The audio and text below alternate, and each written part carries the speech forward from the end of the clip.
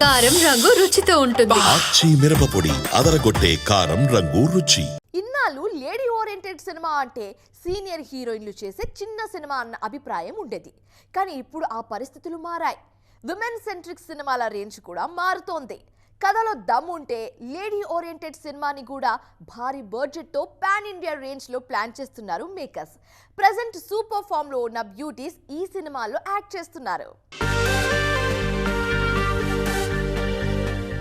వరుస black busters తో national లెవెల్లో లక్కీ బ్యూటీ ఇమేజ్ అందుకున్నారు రష్మిక మందన్న.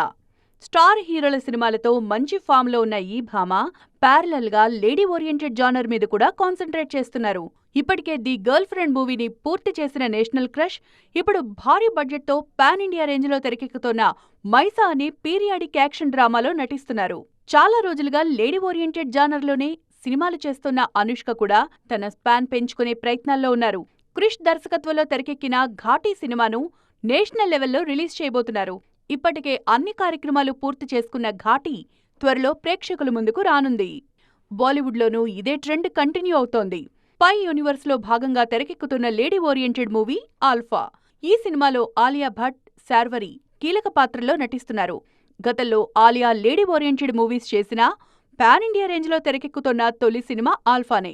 ఈ ట్రెండ్ ఇప్పుడు ఫిల్మ్ సర్కిల్స్ లో హాట్ టాపిక్ అవుతోంది.